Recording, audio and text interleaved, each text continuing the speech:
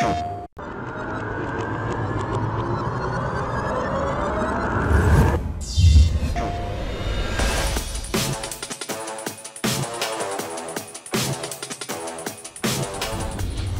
talk Kratos. I think a go-to character for a lot of people playing PlayStation All-Stars for the first time. Kratos from the God of War series has a very strong offensive style in his game. He's really good at dealing with crowds in front and behind to the sides. He's got those wide arcs. Now we have a 2D perspective, so the way that we sort of recreated the sensation of his sort of can deal with all things at all ranges, we gave him sort of a greater than average sort of range that he's able to affect with his chain. So we don't consider Kratos a short-range character. He's more probably accurately described as a mid-range character because those blades of chaos can travel so far, further than the average guy who's just dealing with punches and kicks. Kratos, I think one of the things I noticed is he's really good at getting in. He's really good at harassing people. Yeah, once Kratos gets to that mid-range, he does have a really wide arsenal, and the combat grapple has some interesting properties to it, because not only can it be used to getting close to an opponent, but it can also be used to sort of change places and get to where your opponent just was and send your opponent flying. Luckily for him, he's got some great aerial attacks, and one of my favorite is the Barbarian Hammer. On the ground,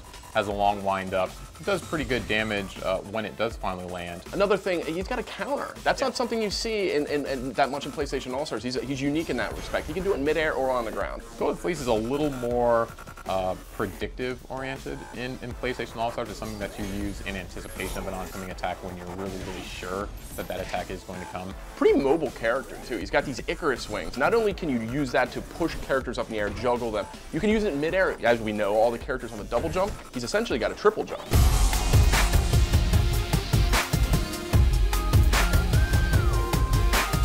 Let's talk about Kratos' supers, because he's got some really unique ways to score points. It does have a bit of wind up on it, so it's not something that you want to fire out necessarily when you're in the combat ball, but if you're just outside of the combat ball and you can get those guys distracted, it's a really good move to capitalize. His level 2 super is much more vertically oriented. One of the few I've seen in PlayStation All-Stars that has this vertical area of effect. By surprise, when you're 3 platforms underneath them, you fire off this level 2 and you catch them all the way at the top. It's a great super in that situation. But that level 3, for me, that is worth investing in. Really hard to get away. You can maybe get away on the first attack. You're not going to get away from that second attack. And the sort of limit on how many kills Kratos can get is really based on how good that Kratos is with leveraging that power. It's all about evening the odds and getting those points with supers. So with Kratos, when it comes down to Kratos, what kind of character, what kind of fighting game fan do you think is a good fit for Kratos? Players are going to gravitate towards Kratos, are going to be the ones who like a medium range game, who like a character who has a wide level of functionality, has really cool combos. If you like stringing together combos and looking like you're creating these beautiful sequences of attacks, I think Kratos is going to be the character for you.